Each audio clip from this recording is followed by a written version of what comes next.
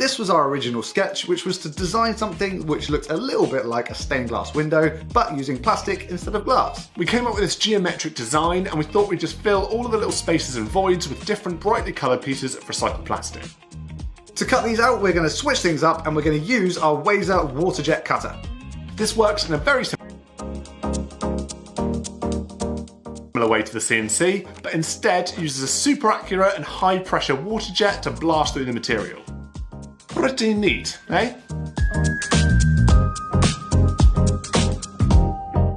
The first time we ever saw the WAZER in action was about 4 years ago in one of Jimmy DeResta's videos where he actually made a stained glass window. That video has massively inspired this one, and we think it's really cool that we get to work with such awesome machines, so a big thank you to WAZER and to Jimmy for all the inspiration.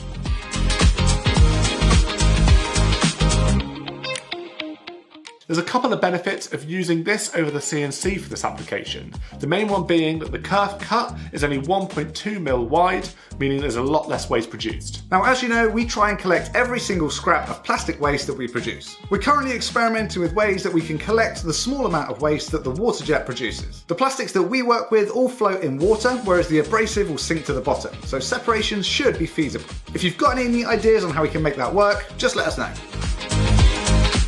We picked a random assortment of shapes to cut out of these 5 different sheets and then let the WAZER do its thing. And as you can see, that really high pressure jet of water makes a super clean and accurate cut in the plastic.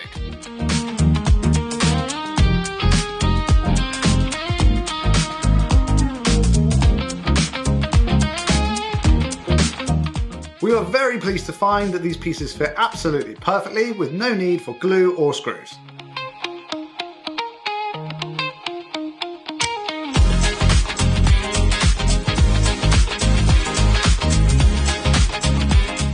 Well, boom, there you go. That is our take on a stained plastic table.